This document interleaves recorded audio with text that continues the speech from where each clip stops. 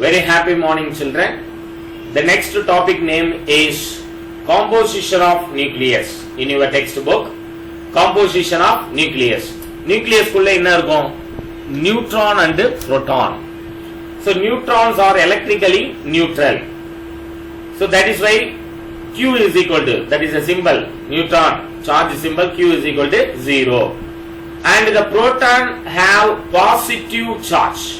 Proton have positive charge. It is represented plus E. Q is equal to plus E. Equal in magnitude of the charge of the electron. That means Q is equal to minus E. So this point is very important point, children. Please note it down. The number of proton in the nucleus is called the atomic number. What is meant by atomic number? The number of proton in the nucleus is called the atomic number. It is denoted by Z, capital Z. The number of neutron in the nucleus is called neutron number. This is also very important thing. The number of neutron in the nucleus is called the neutron number, capital N. So this is another one definition, mass number definition. The total number of neutron and proton in the nucleus is called the mass number. What is meant by mass number? The total number of neutron and proton in the nucleus is called the mass number, and it is denoted by A. Hence, A is equal to Z plus N. A is equal to, that means mass number is equal to, Z means atomic number plus neutron number. So, mass number calculated by this formula, mass number A is equal to atomic number plus neutron number is Z plus N. The two constituents of nucleus, namely neutron and proton. So important objective type question is the mass of proton is, please note it down, children, 1.6726 into 10 power minus 27 kilogram, which is roughly 1836 times the mass of the electron. This is very important objective type. 1836 times the mass of the electron. The mass of the neutron is slightly greater than the mass of the proton. This point is also very important point. The mass of the neutron is slightly greater than the mass of the proton, and it is equal to 1.6749 into 10 power minus 27 kilogram. These are all the points are general knowledge. Objective type question also. எப்படி இதை நம்ம represent பண்ணுது சிம்பிள்ல பாத்தீங்கன்னா to specify the nucleus of any element we using the following general notation. என்ன notations are Z x power a. X means chemical element of chemical symbol of the element. A is the mass number and Z is the atomic number. For example, 7 neutron, that means nitrogen, 7 nitrogen 15. Here 7 is the proton. Z is nothing but atomic number. So Z, here Z place la enna irukku 7 irukku. Appo atomic number enna 7. A என்றது என்ன? Mass number of nitrogen is 15. When it implies that nitrogen nucleus contains 15 nucleons, of which 7 are proton, Z is equal to 7, and 8 are neutron. N is equal to, number of neutron N is equal to A minus Z formula. Because A is equal to N plus Z. So N is equal to A minus Z. அப்போ number of neutron எவ்வளோ இருக்கு நைட்ரஜன்ல அப்படின்னு கேட்டிங்கன்னா 8. A லேருந்து minus Z. A value 15 minus Z value 7.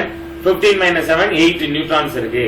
So note that once the element is a specified value of Z is known and subscript Z is sometime omitted. For example, nitrogen nucleus is simply denoted as N power 15 and we call it nitrogen 15. Nitrogen 15 is use பண்ணலாம். இங்க பாத்தீங்கன்னா overall charge nucleus positive, it has the value எப்படி நம்ம சொல்லுவோம் plus Ze ன்னு சொல்லுவோம். ஏன்னா அதுல என்னமா இருக்கு atomic number சேர்ந்து இருக்கிறதுனால plus Ze அப்படின்னு சொல்லலாம். The next topic is, some example is given, you just read out this paragraph.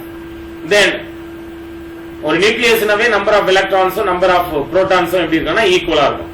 Because atoms are electrically neutral. Number of electron in the atom is equal to the number of proton in the nucleus. ஏனா ஒரு atom என்றது electrically neutral ஆ இருக்கும். The already general concept.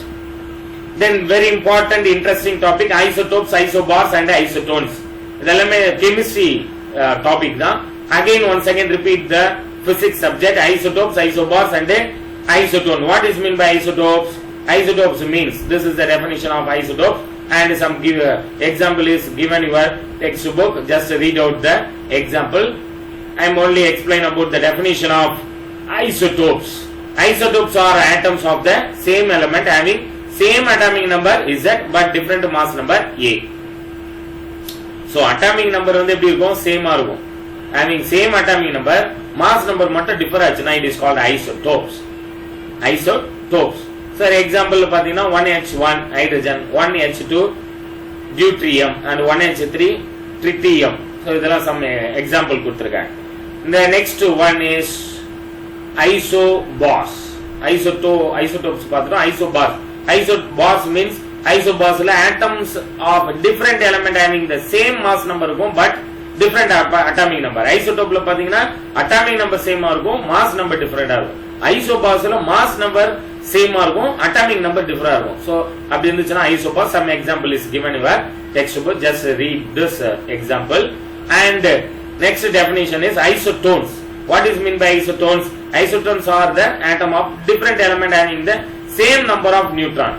Neutron வந்து same numberல இருந்துனா it is called isotones. அதுக்கும் some example கொடுத்திருக்காங்க. boron 5 boron 12 6 carbon 13 are examples of isotones which 7 neutron each. The next important topic atomic and nuclear mass. This is also very important 2 mark and as well as the objective type question. Children, please note it down. So what is mean by nuclear mass? Atomic and nuclear mass. The mass of the nucleus is very small. That means 10 power minus 25 kilogram or less. Mass of the nuclei வந்து எவ்வளவு? இது objective type questionல கேட்பாங்க. Please note it down. 10 power minus 25 kilogram or less. Therefore it is more convenient to express it in terms of another unit, namely atomic mass unit. Atomic mass unit என்னன்னு சொல்றோம்னா U ன்னு சொல்றோம். U என்ற symbol எதை represent பண்ணுது? Atomic mass unit. So this is one important 2 more question, children. Please note it down. One atomic mass unit U is defined as the 1/12th of the mass of the isotope of carbon. That means 6C power 12. So once again repeat atomic. One atomic unit mass unit na enna? The 1/12th of the mass of the isotopes of carbon 6C power 12, which is more abundant in neutrally occur isotope of carbon. So formula.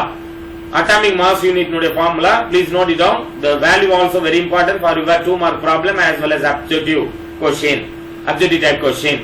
Now one atomic mass unit which is equal to mass of 6C power 12. That means carbon, isotopes of carbon atom divided by 12. Mass of carbon atom வந்து 1.99. This is also objective type question, children. Please note it down. Mass of the carbon வந்துட்டு 1.9926 into 10 power minus 26 divided by 12. So one atomic mass unit என்றது எதுக்கு equal 1.660 into 10 power minus 27 kilogram. This value also very important value. Please note it down. One atomic mass unit value is 1.660 into 10 power minus 27 kilogram. So some examples given your textbook. இது base பண்ணி examples எல்லாம் கொடுத்திருக்காங்க. In terms of this atomic mass unit, mass of the neutron உடைய mass. This is also objective type question, children. Please note it down. இந்த பேராகிராஃப்ல வர இந்த value எல்லாமே objective type questionல கேட்பாங்க.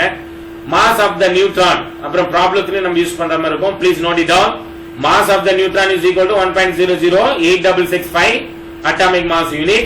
Then mass of the proton 1.007276 atomic mass unit. Hydrogen atom, mass of the hydrogen atom வந்து 1.007825 atomic mass unit. Then mass of carbon வந்து 12U. That means 12 atomic mass unit. இருக்கிறதுல highest atomic mass unit யாருன்னு பார்த்தா carbon வச்சு தான் compare பண்ணுவோம் எல்லாத்துடைய atomic mass unitயும். So some examples are given your textbook. எப்படி sir நம்ம mass atomic mass find out பண்றதுனா Bain bridge னு ஒரு ஸ்பெக்ட்ரோமீட்டர் எக்ஸ்பெரிமெண்ட் இருக்கு. அது மூலமா நம்ம atomic mass unit find out பண்ணலாம். The next topic, this is also very important objective type and 2 mark problem topic, size and density of the nucleus. Size and density of the nucleus எப்படி calculate பண்ணீங்க? Alpha particle scattering experiment method, அதாவது Rutherford alpha scattering method இல்லையா? Many other measurement using எதை கண்டுபிடிச்சிருக்காங்க? Size and shape of the nucleus உடைய size shape கண்டுபிடிக்கிறதுக்கு தான் அந்த எக்ஸ்பெரிமெண்ட்லாம் கண்டக்ட் பண்ண. Different method have been carried out on the nuclei of various atoms. The nuclei of atoms are found to be approximately spherical in shapes. என்ன ஷேப்ல இருக்கும்னு find out பண்ணாங்க. approximately spherical in shape. Z is greater than 10. So எப்பவுமே எப்படி இருக்கும்? atomic number Z is greater than the 10 ஆ இருக்கும். satisfy the empirical formula. இந்த formula தான் very important formula for your objective type as well as the 2 mark problem question. Please note it down. R is equal to radius of the nucleus. எப்படி sir find out பண்றது? This is a formula. R is equal to R naught into A power 1/3. A means mass number. உங்களுக்கு தெரியும். A is the mass number. Nucleus and the constant. R naught என்றது 1.2 Fermi ன்னு சொல்லுவாங்க. 1.2 Fermi. 1 Fermi னா எவ்வளவு sir? 1 into 10 power minus 15 meter. 10 power minus 15 meter தான் 1 Fermi ன்னு சொல்றோம். R naught is equal to 1.2 Fermi. This is also very important objective type question, children. Please note it down. The unit Fermi F is named after scientist Enrico Fermi. Enrico Fermi இது கண்டுபிடிச்சனால அவருடைய நேமே வச்சிட்டாங்க. The next topic is mass defect. This is also very important. The 2 mark and objective type questions, children. Please note it down. Mass defect and binding energy. Mass defect நால என்ன use அப்படினு பாத்தீங்கன்னா, it is experimentally found that the mass of any nucleus is always less than the sum of the mass of its individual constituent particles. For example, consider carbon எடுத்துங்க. carbon 12 nucleusல 6 proton இருக்கும், 6 neutron இருக்கும். 6 proton mass of 6 neutron எப்படி calculate பண்ணுவீங்க? mass of 6 neutron னா 6 into neutron உடைய mass எவ்வளவு? 1.00866 atomic mass unit ஓட multiple பண்ணா mass of 6 neutron value கிடைச்சிரும். 6.05196 unit. Similarly, mass of the 6 proton value அப்படிதான் பண்ணனும். mass of the proton ஓட 6 என்றத மல்டிபிள் பண்ணா அதனுடைய value நமக்கு கிடைச்சிரும். Now mass of the 6 electron, similarly mass of the electron உடைய value ஓட சேர்த்து 6 என்ற வேல்யூ மல்டிபிள் பண்ணனா we get 0.0033 atomic mass unit கிடைக்கும். The expert mass of the carbon 12 கண்டுபிடிக்கணும்னா உங்களுக்கு எவ்வளவு வரும்? இந்த ரெண்டு வேல்யூ நீங்க ஆட் பண்ணீங்கன்னா அதான் மாஸ். இந்த 2 வேல்யூ ஆட் பண்ணனும். ஆட் பண்ணீங்கன்னா உங்களுக்கு எவ்வளவு கிடைக்குதோ 12.09558 atomic mass unit கிடைக்கும். இந்த மாதிரி கால்குலேஷன் தான் நம்ம யூஸ் பண்றோம் mass defect கண்டுபிடிக்கிறது. So mass defect actual formula is del m. Del m na mass defect. So individual constituent del m ன்னு பாத்தீங்கன்னா வேரியேஷன். எவ்வளவு mass variation வருது? ஆக்சுவலா கார்பன் உடைய atomic mass unit உடைய mass எதுக்கு ஈக்குவல்? 11.9967. பட் வந்த ஆன்சர் எவ்வளவு? 12.09558 atomic mass unit. ரெண்டுக்கும் உள்ள டிஃபரண்ட் தான் நம்ம mass defect ன்னு சொல்றோம். mass defect del m is equal to 0.09888 atomic mass unit differ ஆகுது. This difference in the mass del m is called mass defect. Mass defect நான formula, general formula del m is equal to ZMP plus NMN minus capital M. இதுதான் வந்து mass defect உடைய formula. Carbon உடைய mass defect எப்படி find out பண்றது எக்ஸாம்பிளா சொன்னோம். அதுதான் இந்த பாராகிராஃப்ல எக்ஸ்பிளைன் பண்ணுவாங்க. ஆல்பர்ட் உடைய கான்செப்ட்ல E is equal to mc square கான்செப்ட வச்சு இந்த mass defectையும் நம்ம பைண்டிங் எனர்ஜியோட கம்பேர் பண்றோம். del m is into c square னு சொல்றோம். mc square del m c square னு சொல்றோம். சோ பைண்டிங் எனர்ஜி ஃபார்முலா என்ன sir? What is the binding energy? Binding எனர்ஜினுடைய யூசஸ் என்ன? பைண்டிங் எனர்ஜி வந்து மோரா இருந்ததுன்னா லைஃப் டைம் ஆஃப் த மெட்டல்னுடைய லைஃப் டைம் வந்து ஹையரா இருக்கும். That means tightly bonding systemத்துல இருக்கும்போது பைண்டிங் எனர்ஜினா ஆட்டம்ஸ் அண்ட் மாலிக்யூல்ஸ் வந்து வெரி டைட்லி பாண்டிங், அதாவது எலக்ட்ரான்ஸ்க்கும் நியூக்ளியஸ்க்கும் உள்ள பாண்டிங் சிஸ்டம் வெரி டைட்லி பாண்டிங்கா இருந்ததுன்னா அது லாங் டைம் லைஃப் டைம் வந்துட்டு அதனுடைய மெட்டலுடைய life time long time. Example iron metal எடுத்துக்கலாம். அயன் மெட்டல்லாம் வந்து லாங் டைம் வரைக்கும் நம்மளுக்கு துருப்பிடிக்காம இருக்கும், அது மக்கி போகாம இருக்கும், டேமேஜ் ஆகாம இருக்கும். That is based on the binding energy. அதுதான் பைண்டிங் எனர்ஜினுடைய uses. So binding energy formula அந்த B is equal to ZMP plus NMN minus capital M into C square னு சொல்றாங்க. It is always convenient to work with the mass of the atom rather than the mass of the nucleus. Hence by adding the subtracting and the mass of the Z electron we get அதுல இருந்து டெரிவேஷனை நம்ம என்ன பண்றோம் make பண்றோம். Binding energy டெரிவேஷனை நம்ம solve பண்ணி புக்ல கொடுத்துருக்காங்க. இதை நீங்க சால்வ் பண்ணுங்க. இந்த ஸ்டெப்பை நீங்க சால்வ் பண்ணி this is very simple step. So binding energy last solution is binding energy ஷார்ட்டா எப்படி எழுதலாம்னா ZMH plus NMN minus MA into C square னு எழுதலாம். The next topic is binding energy curve. Binding energy curve base பண்ணி தான் நான் சொல்றேன் இல்லையா முன்னாடி.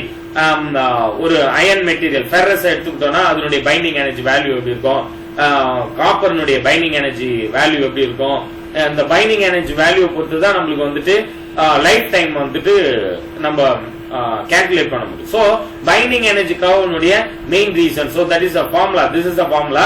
Binding energy BE bar is equal to ZMH plus NMN minus MA into C square divided by A ன்னு சொல்றோம். So this is very important definition children, please note it down. The average binding energy per nucleons is the energy required to separate single nucleons from the particular nucleus.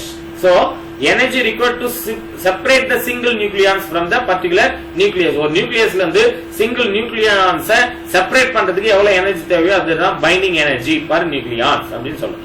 இந்த கர்வ்ல பாத்தீங்கன்னா binding energy mass நம்பருக்கும் binding எனர்ஜிக்கும் ஒரு relation இருக்கு. Mass number வந்துட்டு டிகிரீசஸா இருக்கும்போது binding energy வந்து இன்கிரீசஸா இருக்கும். Mass number increase ஆகும்போது பைண்டிங் எனர்ஜி வேல்யூ கிராஜுவலா என்ன ஆகுதுன்னா டிகிரீஸ் ஆயிடும். So first thing, the value of binding energy rises the mass number. Value of binding energy எது தருதுப்பா, the value of binding energy rise ஆச்சுன்னா mass number increases until it reaches the maximum value of 8.8 electron volt. Please note it down children, 8.8 mega electron volt for A is equal to 56.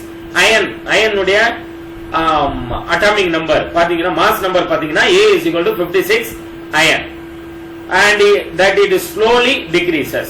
அதுதான் நம்மளுக்கு slowly decreases ஆகுது. Ferrous பாத்தீங்கன்னா இங்க பாருங்க, ferrous உடையது 56 கர்வ்ல பார்க்கலாம். Then second point, average binding energy per nucleons is about 8.5 mega electron volt nuclei having mass number lying between mass number எவ்வளவுங்க A is equal to 40 and 120. 40 to 120 ல இருக்கு பாருங்க, 40 ல இருந்து 120 வரைக்கும், 40 to 120 here, 40 ல ஸ்டார்ட் பண்ணி 120 வரைக்கும் 120. அதுல எலக்ட்ரான் வோல்ட் எவ்வளவு எலக்ட்ரான் மெகா எலக்ட்ரான் வோல்ட்னா 8.5 mega electron volt. Element are comparatively more stable and not radioactivity substance. அப்படின்னா மோர் ஸ்டேபிள்னா அதுல இருந்து எந்த எமிஷனுமே நடக்காது. பிகாஸ் மாஸ் நம்பர் ஹெவியா இருக்குன்னா டைட்லி பாண்டிங் சிஸ்டத்துல இருக்கும்போது எமிஷன் நடக்காது. எமிஷன் நடக்கணும்னா ரீசன் என்ன, எமிஷனுடைய மெயின் கான்செப்ட் என்ன, ஆர்பிட்டால இருந்து ஒன் ஆர்பிட்டால இருந்து எலக்ட்ரான் நெக்ஸ்ட் ஆர்பிட்டாலுக்கு டிரான்ஸ்ஃபர் ஆகும்போது எமிஷன் எனர்ஜி லாஸ் பண்ணா அந்த எனர்ஜி லாஸ் தான் எமிஷன் சொல்றோம். பட் டைட்லி பாண்டிங் சிஸ்டத்துல நியூக்ளியஸும் எலக்ட்ரான்ஸும் அட்ராக்ஷனல் போர்ஸ்ல இருக்கும்போது, ஹெவி அட்ராக்ஷனல் போர்ஸ்ல இருக்கும்போது பாண்டிங் சிஸ்டம் டைட்லி இருக்கும். அதனால அதுல எமிஷனே வராது. இட் இஸ் a ஸ்டேபிள் ஸ்டேட்ல இருக்கும். அதுல ரேடியோ ஆக்டிவிட்டி சப்ஸ்டன்ஸா அது இருக்காது, ரேடியேஷன் எமிட் ஆகும். Third important point is for higher mass number the curve drop binding energy. Uranium is about, uranium எடுத்துக்கிட்டீங்கன்னா 7.6 mega electron volt. Such nuclei are unstable and exhibit radioactive. இதுல பாத்தீங்கன்னா 7.6 electron volt. யுரேனியத்துக்கு பாத்தீங்கன்னா இங்க வருது பாருங்க 7.6 electron volt. இந்த ரேஞ்சில் வரும்போது this is the radioactive substance. அப்படின்னா என்ன ஆகும், ஈஸியா என்ன பண்ணும், எமிஷன் நடக்கும். அதனோட பாண்டிங் சிஸ்டம் வந்து 7.6 மெகா எலக்ட்ரான் வோல்ட்ல இருக்கிறதுனால பைண்டிங் எனர்ஜினுடைய வேல்யூ வந்து டிக்ரீசஸ் ஆகிறதுனால மாஸ் நம்பர் இன்க்ரீஸ் ஆகுது. பைண்டிங் எனர்ஜி வேல்யூ டிக்ரீஸ் ஆகும்போது எமிஷன் ஆட்டோமேட்டிக்கா நடக்கும். பைண்டிங் எனர்ஜி டிக்ரீஸ் ஆச்சுன்னா ஈஸியா ஒன் ஆர்பிட்டால் வந்து எலக்ட்ரான்ஸ் நெக்ஸ்ட் ஆர்பிட்டாலுக்கு ஜம்ப் ஆக முடியும். If two light nucleus with A less than, that means mass number less than 28 combined with the nucleus with A less than 56, easier emission நடக்கும். அதாவது binding energy per nucleus is more for final nucleus than initial nuclei. அதனால என்ன நடக்கும்னா ஈஸியா lighter, அது ஒரு lighter எலிமெண்டா இருக்கிறதுனால emission நடக்கும். This is the basis of nuclear fusion and the principle of hydrogen bomb. இதுதான் ஹைட்ரஜன் பாம்ப்ல நடக்குது. Then fourth point is if a nucleus of heavy element is split, nuclear fission concept la solrom, heavy nucleus வந்து split ஆகி into two or more lighter nuclei மாறிச்சுனா medium value, the energy released would again be large amount of energy release ஆகும். அதுதான் நான் சொல்றேன் atom bomb based on the principle of huge energy of the atom bomb comes from this fission process, uncontrolled chain reaction form ஆகும். அதாவது binding energy very less ஆயிடுச்சுனா கண்டினியூஸா emission நடக்கும். uncontrolled chain reaction start ஆயிடும். That means heavy element எல்லாம் என்ன ஆயிடும்னா split into two or more light nuclei of medium மாறும்போது atom bomb என்ற blast ஆகும்போது இந்த process தான் ஆகுது. atom bomb உடைய principle எதை பேஸ் பண்ணுது? nuclear fission process பேஸ் பண்ணுது. The next topic is nuclear force. What is mean by nuclear force? Nuclear force என்ன sir? Nuclear force is nothing but nucleus உடைய size என்னன்னு சொன்னோம் 10 power minus 15 meter. That means 1 Fermi ன்னு சொல்லலாம். 10 power minus 15 meter. அதாவது nucleus குள்ள என்னன்னா இருக்கும்? புரோட்டான் அண்ட் நியூட்ரான் இருக்கும். ஒரு நியூக்ளியஸ் உடைய ஃபோர்ஸ் என்ன அப்படின்னு சிம்பிளா நான் சொல்லணும்னா நியூக்ளியஸ் உடைய ஃபோர்ஸ் இப்ப பாருங்க நியூக்ளியஸ் குள்ள புரோட்டான்ஸ் அண்ட் நியூட்ரான்ஸ் இருக்கு. இப்ப பாசிட்டிவ் நியர்பை இருந்துச்சுன்னா என்ன நடக்காது? Positive charge and positive charge nearby இருந்துச்சுன்னா அட்ராக்ஷன் இருக்காது. That is a repulsion takes place. Attraction இருக்காது. அந்த இடத்துல என்ன நடக்கும்? ரிப்பல்ஷன் நடக்கும். இப்ப பாருங்க நியூக்ளியஸ் குள்ள புரோட்டான் கிட்ட நெருங்கி இருக்கு. ரிப்பல்ஷன் ஃபோர்ஸ் இருந்தா ரிப்பல்ஷன் ஃபோர்ஸ் என்னதான் இருந்தாலும் நியூக்ளியஸ் விட்டு அது என்ன பண்ணல? அந்த புரோட்டான்ஸ் எல்லாம் வெளியில வரல. அப்போ வெளியில வராம இருக்கிறதுக்கு எக்ஸ்டர்னலா ஒரு ஃபோர்ஸ் அதை என்ன பண்ணிருக்கு? டம்ப் பண்ணி வச்சிருக்கு. அந்த டம்ப் பண்ணி வச்சு உள்ள காம்பாக்டா வச்சிருக்க அந்த ஃபோர்ஸ்க்கு நேம் தான் nuclear force. Because same charges are repelled to each other or like charges are repelled to each other. But nucleus குள்ள இருக்குன்னா more number of proton and less number of neutron இருக்கு. இங்க electrostatic repulsive force என்ன பண்ணும்னா புரோட்டானுக்கு உள்ள repulsive force எக்ஸ்டர்னலா ஒரு force அது என்ன பண்ணுது? கண்ட்ரோல் பண்ணுது. that means compact பண்ணி வச்சிருக்கு, டம்ப் பண்ணி வச்சிருக்கு. that dump பண்ணி வச்சிருக்க force தான் it is called a nuclear force ன்னு நம்ம சொல்றோம். that is a nuclear force. So nuclear force concept is very easy concept. Nucleus of the atom contains proton and neutron.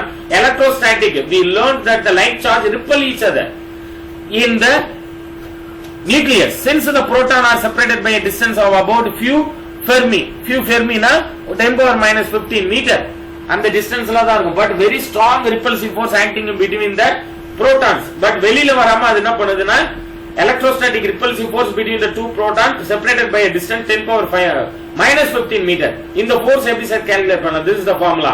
F is equal to K into nuclear force Q square divided by R square. K னுடைய value already தெரியும், first லெசன்ல படிச்சோம். 9 into 10 power 9 into Q value வந்து charge of the proton 1.6 into 10 power minus 19 the whole square divided by distance எவ்வளவு இருக்குன்னா 10 power minus 15 the whole square. அப்போ force எவ்வளவு இருக்குன்னா 230 Newton force.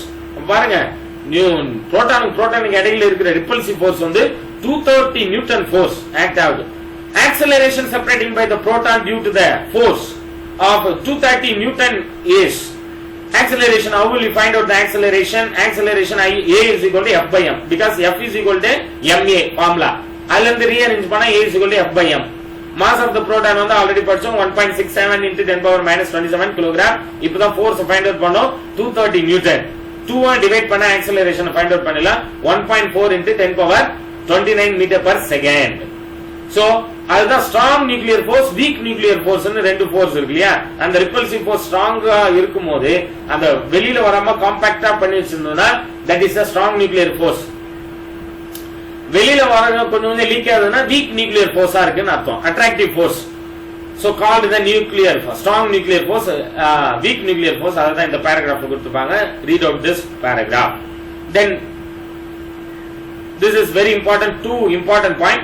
The nuclear force is a very short range force. Please note it down children. nuclear force என்றது ஒரு புரோட்டானுக்கு இன்னொரு புரோட்டானுக்கு இடையில இருக்க கேப் 10 power minus 15 meter தான். and in between the gapல தான் இந்த force acting at that is why the nuclear force is of very short range force acting only up to the distance of few Fermi. But inside the nucleus the repulsive Coulomb force or attractive gravitational force between two protons are much weaker than the nuclear force between two protons. So similarly gravitational force between two neutrons is also much weaker than the nuclear force between the neutron.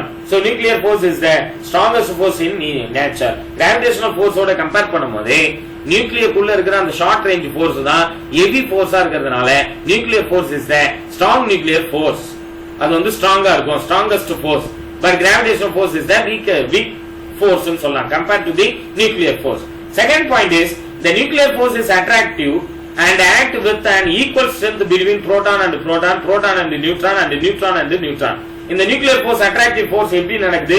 Proton and proton equal strength எப்படி இருக்கும்? புரோட்டானுக்கும் proton neutron and neutron இடையில இருக்கிற attractive force இந்த மாதிரி acting ஆயிட்டு இருக்கு. Third important point, nuclear force does not act on the electrons. Nuclear force என்றது does not act on the electrons, so it does not alter the chemical properties of the atom. Nuclear force என்றது எலக்ட்ரானுக்கு இடையில இருக்கிற force இல்ல, இது வந்துட்டு nucleus குள்ள இருக்கிற புரோட்டானுக்கு இடையில இருக்கிற ஃபோர்ஸ் தான் நியூக்ளியர் ஃபோர்ஸ் சொல்றோம். Nuclear force does not act on the electrons, so it does not alter the chemical properties of the atom. The next important topic, radioactivity. What is meant by radioactivity? Radioactivity is nothing but whose atomic number is greater than 82. That element is called a natural radioactivity element. This is the definition of radioactivity. The phenomena of spontaneous emission of highly penetrating radiation such as alpha, beta and gamma rays by an element is called radioactivity, and the substances which emit these radiation are called radioactive element. So, எந்த substance spontaneous emission of alpha, beta, gamma rays emit பண்ணிட்டு இருக்கோ, that substance is called radioactivity element. That means atomic number definitely greater than 82 இருக்கிற எலமெண்டால மட்டும்தான் alpha, beta, gamma continuous என்ன பண்ணுவாங்க, emit பண்ண முடியும். It is called radioactive element. அதுக்கு some example கொடுத்திருக்காங்க புக்ல. என்னென்ன radioactivity elementலாம் இருக்கு, அதுல maximum radioactivity element பாத்தீங்கன்னா உங்களுக்கு மேக்ஸிமமா இருக்குது வந்து யுரேனியம்ன்றதா radioactive substance, natural radioactivity substance. The next important 2 mark question is alpha decay. Alpha decay என்ன sir? What is meant by alpha decay? Alpha decay processக்கு என்ன நடக்கும்? என்னென்ன unstable nucleus, இதுக்கு வந்து unstable nucleus தான் apt. எதுக்கு? alpha decay. decay நாவே emission நடந்துட்டு, அதாவது ஒரு ஃப்ரூட்ஸையோ இல்ல ஒரு வெஜிடபிள்ஸ் எடுத்துட்டு வந்து ஒரு பர்டிகுலர் டேஸ் வரைக்கும் தான் நம்ம வச்சுக்க முடியும். பிகாஸ் அது என்ன ஆயிடும்னா அப்படியே அழுகி அதுல இருந்து இருக்கிற ஸ்ட்ரக்சர் எல்லாமே டெஸ்ட்ராய் ஆயிடும். அந்த டெஸ்ட்ராய் ஆகும் போது அதுல இருந்து ஒரு பேட் ஸ்மெல் வருது இல்லையா, அதை ரேடியேஷன் சொல்றோம், எமிஷன் சொல்றோம். அந்த எமிஷன் வந்தோம்னா அந்த ஸ்ட்ரக்சர் என்ன ஆயிடும், அழுகிடுச்சு அப்படின்னு சொல்லுவோம். பாதி இது வந்து என்ன ஆயிடும், அந்த ஸ்ட்ரக்சர்ல இருந்து கொலாப்ஸ் ஆயிடும். சோ when an unstable stateனா இதுதான். அன்ஸ்டேபிளா இருந்ததுன்னா அந்த ஸ்ட்ரக்சர் அப்படியே இருக்கும். when an unstable nucleus decay by the emitting and alpha particles, 2 helium எடுத்துக்கிறோம் nucleus, losses 2 proton and 2 neutron. 2 proton loss and 2 neutron losses நடக்குது. The result is atomic number decreases by 2 and mass number decreases by 4. Please note it down children. Alpha decay na enna sir? This is the main definition of alpha decay. Its atomic number Z decreases by 2 and the mass number decreases by 4. இப்படி இருந்துச்சுன்னா it is called alpha decay. அதுக்கு தான் formula கொடுத்திருக்காங்க பாருங்க, Zx power a which gives Z என்றது எவ்வளவு time decrease ஆகுதுன்னா 2 times atomic number mass, atomic number 2 டைம்ஸும் மாஸ் நம்பர் 4 டைமும் என்ன ஆகுது, டிக்ரீஸ் ஆச்சுன்னா என்ன வெளில வரும் நம்மளுக்கு, எமிஷன் ஹீலியம் and emit ஆகுது. X is the called as the parent nucleus, other main element parent nucleus, and Y is called as the daughter nucleus. daughter nucleus னா எமிஷன் வந்துட்டு ரிமைனிங் இருக்கிற எலிமெண்ட் தான் டாட்டர்னு சொல்றோம். அதாவது எமிஷன்னா அழுகிட்டு பிறகு ரிமைனிங் இருக்கிற fruits இருக்கு இல்லையா, அதை டாட்டர்னு சொல்லலாம். அழுகிறதுக்கு முன்னாடி இருந்த சோர்ஸ் இருக்கு இல்லையா, ஃபுல் ஃப்ரூட்ஸ், அந்த ஃப்ரூட்டியோ வெஜிடபிளோ எக்ஸாம்பிளுக்காக சொல்றேன், அந்த ஃப்ரூட் ஃபுல்லா இருக்கிறதுக்கு தான் நம்மளுக்கு பேரண்ட் நியூக்ளியர். அதுல இருந்து தான் எமிஷன் வந்துட்டு ரிமைனிங் இருக்கிற பார்ட்டை தான் டாட்டர் நியூக்ளியர்னு சொல்றோம். Example decay of uranium 92 uranium 238. some example given in your textbook. யுரேனியத்துல எமிஷன் அந்த மாதிரி நடக்கும்போது 92ல 2 போயிடுச்சுன்னா 90, 238ல 4 போயிடுச்சுன்னா 234. தோரியம் எலிமெண்டா டாட்டர் நியூக்ளியா மாறிது. யுரேனியம் போய் ரிமைனிங் இருக்கிற சப்ஸ்டன்ஸ் என்ன மாறிதுன்னா தோரியம். அதுல இருந்து எமிஷன் ஆகுது ஹீலியம். ஹீலியம்னா ஆல்பா பார்ட்டிகல் எமிட் ஆகுது. Some examples are given. Disintegration energy ki formula கொடுத்திருக்காங்க. This formula also very important formula. Q is equal to mx minus my minus m alpha into c square. That means mc square. Energy nave mc square இல்லையா, mx minus my minus m alpha into c square னு சொல்றாங்க. So அதனுடைய example எப்படின்றதை explain பண்ணிருக்காங்க இந்த பேராகிராஃப்ல. நீங்க read பண்ணீங்கன்னா இதெல்லாம் general concept. The next beta decay. Next concept is beta decay. Beta emission andina it is called beta decay. Beta decay la 2 decay process irukku. One is the plus minus beta decay, beta minus decay, beta plus decay nu sollirukku. Beta minus decay la atomic number of the nucleus increases by 1 but its mass number remains the same. So please note it down. Beta decay la beta emission andina adu beta decay nu solla. In beta decay, radioactive nucleus emit either electron or positron. Electron positron emit பண்ற substance name தான் beta decay. அந்த process name தான் beta decay ன்னு சொல்றோம். இதுல positive negative beta decay, positive beta decay இருக்கு. B negative decay வந்துட்டு நம்ம என்ன சொல்லணும்னா atomic number of nucleus increases by 1, but its mass number remains same ஆ இருக்கும். So அதுதான் இந்த சப்ஸ்டன்ஸ்ல போற அட்டாமிக் நம்பர் என்ன ஆகுது பாருங்க, +1 ஆகுது, மாஸ் நம்பர் சேமா இருக்கு, எலக்ட்ரான் எமிட் ஆவறதுனால இது பீட்டா டிகே அப்படி சொல்றோம். Beta minus decay. It implies that the element X become white by giving out the electrons and an anti-neutrino nu bar. In other words, each beta minus decay, one neutron in the nucleus of X is converted into the proton by the emission of the electron e power minus and an anti-neutrino. Anti-neutrino அப்படி சொல்றேன் n, which gives p plus e power minus n. neutron இது proton convert ஆயிருக்கு. So proton, where proton mu bar is the anti-neutrino. Example carbon, அதுக்கு ஒரு example கொடுக்குறேன். beta plus decay உள்ள என்னுடைய definition என்ன? atomic number is decreases by 1. இங்க என்ன சொன்னோம்? atomic number increases by 1. beta minus decay க்கு. beta plus decay க்கு atomic number is decreases by 1 and again its mass number வந்து இப்படி இருக்குன்னா remains same. இப்படி இருந்துச்சுன்னா it is called beta decay. இதுக்கும் எக்ஸாம்பிள் இங்க புக்ல கொடுத்திருக்காங்க, டெக்ஸ்ட் புக்ல நீங்க ரீட் அவுட் பண்ணுங்க. The next neutrino concept. Neutrino means it was thought that during beta decay neutrino in the parent nucleus is converted into daughter nuclei. Parent nuclei வந்து daughter nuclei ஆ மாறும்போது இருக்கிற இதுவா தான் நம்ம என்ன சொல்றோம், neutrino அப்படினு சொல்றோம். So that is the definition of neutrino. அதனுடைய ஃபார்முலா புக்ல கொடுத்திருக்காங்க, please note it down, the formulas. அதனுடைய எக்ஸாம்பிள்ஸ் எல்லாம் புக்ல கொடுத்திருப்பாங்க, அதையும் நீங்க என்ன பண்ணுங்க, மார்க் பண்ணி. இதை யார் கண்டுபிடிச்சனா, ஃபெட்ரிக். 1956ல Frederick Reines and Clyde Cowan later Reines இந்த நியூட்ரினோ கான்செப்டை கண்டுபிடிச்சவங்க. Neutrino has the following properties. அதுல properties of the neutrino இதுதான் important point, please note it down children. It has zero charge. நியூட்ரினோக்கு என்ன இல்லனா சார்ஜே இல்ல, it has zero charge. It has an antiparticle called antineutrino. Recent experiment shows that the neutrino has very small mass. இது mark பண்ணி children. Neutrino size mass வந்துட்டு very small. It interact very weakly with the matter. எப்படி interact ஆகும்னா weakly with the attraction force வந்து very weak force ஆ இருக்கும். Therefore it is very difficult to detect it. அதனால தான் இத கண்டுபிடிக்கிறது கஷ்டம். In fact, in every second trillions of neutrons come from the sun are passing through our body without causing interaction. So sunlightல இருந்து maximum நிறைய neutrino நம்ம பாடிக்கு என்ன ஆயிட்டு இருக்குன்னா போயிட்டு இருக்கு. The next emission is gamma emission. Gamma-வை எந்த சப்ஸ்டன்ஸ் எமிட் பண்ணுதோ it is called gamma emission. அதுல எக்ஸாம்பிள்ஸ் வந்து புக்ல கொடுத்திருக்காங்க. ZAX பவர்ன்றது gamma ரேஸா வெளியில வருது, ZA பவர். இதுல மாஸ் நம்பர் அட்டாமிக் நம்பர் ரெண்டுமே எப்படி இருக்கும், சேமா இருக்கும். எதுலயுமே இன்கிரீசஸ் அண்ட் டிகிரீசஸ் இந்த கான்செப்ட் இல்ல. No change in mass number and atomic number. gamma emission அப்படின்னு கேட்டாங்கன்னா இதுதான் definition. Mark it down children, note it down. No change in mass number or atomic number of the nucleus is nothing but gamma emission. அதுதான் gamma emission சொல்றோம். gamma emissionனால நிறைய uses இருக்கு. gamma emission நடக்கிறதுனால தான் நம்மளுக்கு கேன்சர் ட்ரீட்மெண்ட்டுக்கு gamma race தான் நம்ம யூஸ் பண்றோம், gamma rays. அதுக்கு நம்மளுக்கு எக்ஸ்பெரிமெண்ட்ல எப்படி இந்த process நடக்குது, some examples given in your textbook, please note it down. It undergoes beta decay directly into the ground state carbon C by emitting carbon number emitting an electron of maximum of energy 13.4 mega electron volt. Second point, it undergoes beta rays emission to exit the state of carbon C by emitting the electrons of maximum energy. எவ்வளவு எனர்ஜில emit பண்ணுதுன்னா 9 mega electron volt, followed by the gamma decay to ground state by emitting photon energy 4.4 mega electron volt.